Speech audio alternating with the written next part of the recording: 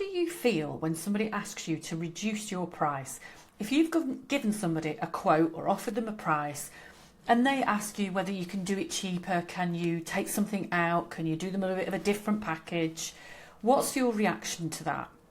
Do you feel first and foremost that you're desperate to help and that you will adapt or tweak or reduce or do whatever you possibly can to make sure you can work with that person? Do you feel offended at the outrage that they have dared to ask you to drop your price? Or do you feel very confident in your response that my price is my price and this is where we're at? This, I know, is a huge challenge for lots of people in business. Coming to terms with the fact that you are not the right supplier for everybody and you can't help everybody is a huge step for an awful lot of people in business. But it's also a step in the road to really valuing and recognising the impact and importance of you and your own business. So I wanted to share with you this week some of my favourite tips around how to handle these moments, how to feel comfortable and confident about it, but also how to stick to your guns and respect your price and respect your own business at the same time.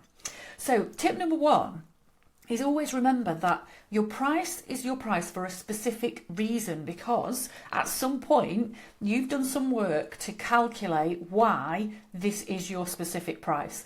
It reflects the value you offer, it reflects the substance within what it is you're delivering, it reflects your knowledge, your experience, it reflects a lot of different things. But it's basically the point you've come to that says this is a fair exchange. For everything that I'm going to give you, the right level of reward for me is this particular price. So as soon as you then start to compromise on that price or try to change the package, you're moving away from that promise of value and why you stuck to that price, why you chose that price in the first place. So be really clear and be really confident about your price. My second tip is don't take it personally. There's too much stuff I see about people being massively offended because somebody's asked for a discount.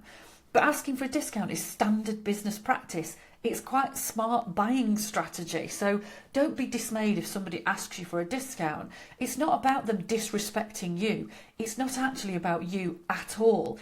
This is something to do with them. It may be the fact that they simply don't have the budget. It may be the fact that actually what you offer isn't really that much of a priority, or they personally don't see the value, or they've got a million other things going on in the business and this just isn't a priority for them. So don't take it personally. Don't be offended by it. Recognise that this is normal and just move along very quickly. Tip number 3 is to avoid the urge to compromise.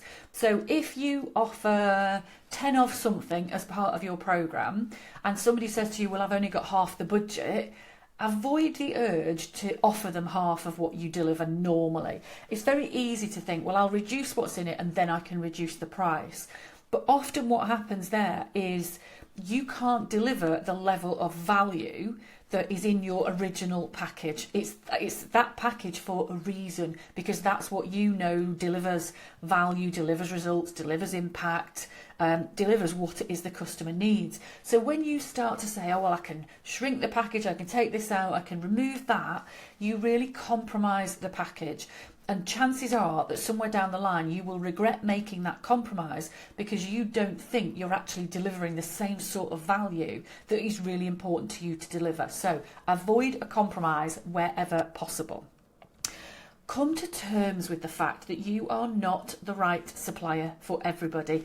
It's actually okay for you to be too expensive. I mean, in fairness, you should be too expensive for some people because there will always be some pure price buyers.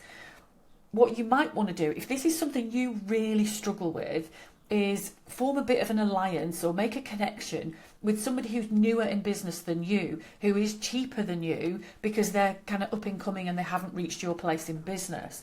But that way you can say, look, I'm sorry, but I can't match my price to your budget. But if you go down the road and talk to Bob, Bob's really good, Bob's cheaper than me. Obviously it's not as good, but it's a solution for you. So you can still offer the customer something, but you're not offering them you on a plate at a pittance. Also think about your existing clients. This is one of the key factors, that when you're willing to compromise or when you're willing to reduce your price, you run the risk of doing a disservice to your existing clients because they're paying you full price for the exact service that you offer. So why would somebody brand new suddenly get a better deal than an existing customer who already values what you do, has already spent their money with you, and actually is already helping you to grow your business? So don't do a disservice to your existing customers by agreeing to price reductions.